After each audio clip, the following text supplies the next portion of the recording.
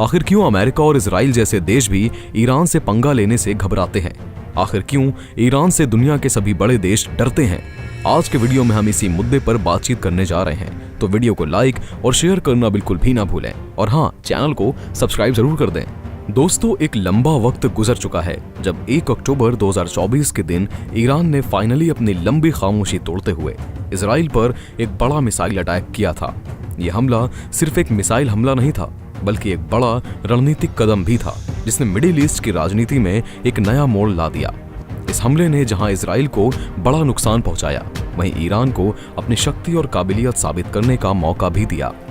Iran के इस हमले की बात करें तो इसे बेहद सुनियोजित और सटीक हमला माना जा रहा है, जहां एक तरफ इजराइल को दुनिया भर में शर्मिंदगी का सामना करना पड़ा क्योंकि उसे अत्याधुनिक एयर डिफेंस सिस्टम, जिनकी दुनिया भर में तारीफ होती रही है, पूरी तरह से फेल हो गए। वहीं दूसरी तरफ ईरान ने इस हमले के जरिए अपनी मिसाइल टेक्नोलॉजी की शक्ति को साबित कर दिया।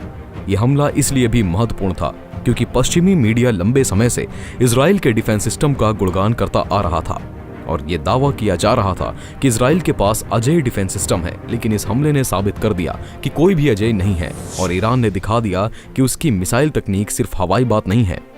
ईरान के पास एक अत्याधुनिक मोस्ट एडवांस मिसाइल टेक्नोलॉजी है जो मिडिल ईस्ट में किसी और देश के पास नहीं है। ईरान की मिसाइलें न केवल सटीक हैं, बल्कि वो इतनी लंबी दूरी तक मार करने में सक्षम हैं कि इजराइल के लिए उनका सामना करना मुश्किल हो गया है। ईरान की उस ताकत का सबसे बड़ा उदाहरण ये है कि अमेरिका और रूस जैसी महाशक्तियों के पास भी इसका कोई ठोस जवाब नहीं है। इस हमले के बाद ईरान की मिसाइल टेक्नोलॉजी को लेकर पूरी दुनिया में चर्चा शुरू हो गई और इसे मिडिल ईस्ट में सबसे ताकतवर मिसाइल प्रणाली माना जाने लगा। उसके ड्रोन सिस्टम ने निगरानी, हमलों और जासूसी के क्षेत्र में क्रांति ला दी है। शहीद 136 जैसे ड्रोन, जिन्हें कामिकाजे भी कहा जाता है, आत्मघाती हमलों के लिए जाने जाते हैं। वहीं मोहरब 6 और शहीद 129 जैसे उन्नत ड्रोन न केवल निगरानी कर सकते हैं, बल्कि सटीक हमले भी कर सकते हैं।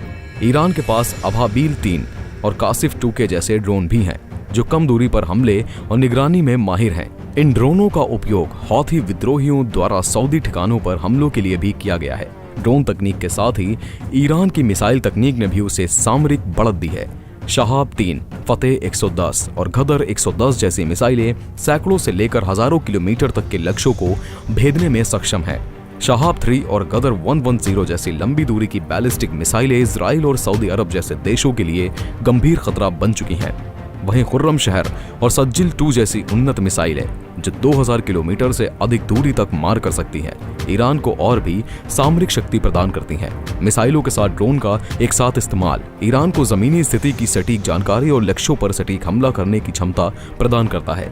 इन दोनों तकनीकों के संयोजन ने ईरान की सेना को मिडिल ईस्ट में एक खतरनाक शक्ति बना दिया है और ये क्षेत्रीय स्थिरता के लिए एक बड़ी चुनौती पेश कर रहा है। वहीं इजराइल इस हमले के बाद पूरी तरह से बौखला गया। उसने तुरंत ही ये ठान लिया कि वो बदला जरूर लेगा। इजराइल ने शुरू में दावा किया कि वो ईरान को करारा जवाब देगा और यह हमला इजराइल की प्रतिष्ठा पर सीधा हमला माना गया। लेकिन इसके बावजूद जब वक्त बीतता गया तो इजराइल का हमला टलता चला गया। इस पूरे मामले में दिलचस्प बात यह थी कि इजराइल को उम्मीद थी कि अमेरिका उसका साथ देगा और ईरान के खिलाफ एक बड़ा सैन्य अभियान चलाएगा। अमेरिका ने भी शुरू में ऐसा ही संकेत दिया था, लेकिन समय के साथ अमेरिका ने धीरे धीरे अपने कदम पीछे खींचने शुरू कर दिए। अमेरिका ने कई बार इजराइल को यह संकेत दिया कि वो न्यूक्लियर फैसिलिटी और ऑयल फैसिलिटी पर हमला नहीं करने दे सकता। ये बदलाव इसलिए भी महत्वपूर्ण था क्योंकि अमेरिका ईरान के साथ सीधे टकराव से बचने की कोशिश कर रहा था। अमेरिका की तरफ से कभी कहा गया कि इजराइल को ईरान की न्यूक्लियर फैसिलिटी पर हमला करने से रोका जाएगा, तो कभी कहा गया कि ईरान की ऑयल फैसिलिटी पर भी हमला नहीं होने दिया जाएगा। इसके बाद जब इजराइल ने दोनों ही फैसिलिटीज पर हमला करने की योजना बनाई तो अमेरिका ने फिर से उसे मना लिया। ये सब दिखाता है कि अमेरिका, जो अब तक इजराइल के हर सैन्य कदम में उसका साथ देता रहा है, अब ईरान के साथ सीधे टकराव से बचने की कोशिश कर रहा है। इसके पीछे कई कारण हो सकते हैं, जिनमें से एक बड़ा कारण यह है कि अमेरिका को ईरान के साथ एक लंबे संघर्ष में उलझने से डर है, जो उसकी अपनी अर्थव्यवस्था और सामरिक स्थिति के लिए नुकसानदेह साबित हो सकता है। अब सवाल उठता है कि आखिर क्यों ईरान इतना ताकतवर है कि अमेरिका जैसी महाशक्ति और इजराइल जैसी सैन्य ताकत भी उससे सीधा टकराने से बच रही हैं। इसका जवाब ईरान की रणनीतिक स्थिति और उनकी सैन्य ताकत में छिपा है।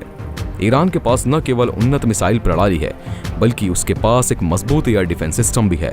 ईरान ने पिछले कुछ वर्षों में अपनी सैन्य क्षमताओं को तेजी से बढ़ाया है। उसकी एयर डिफेंस प्रणाली इतनी सक्षम है कि इजराइल को यह डर है कि अगर वो ईरान पर हमला करता है तो उसके फाइटर जेट्स को ईरान के डिफेंस सिस्टम द्वारा मार गिराया जा सकता है। ईरान के पास लगभग 20 से 25 अलग अलग प्रकार के एयर डिफेंस सिस्टम हैं, जिनमें से कई सिस्टम इतने उन्नत हैं कि वो किसी भी आधुनिक फाइटर जेट को मार गिरा सकते हैं। ईरान के डिफेंस सिस्टम न केवल इजराइल के लिए खतरा है, बल्कि अमेरिका के लिए भी एक बड़ी चुनौती साबित हो सकते हैं।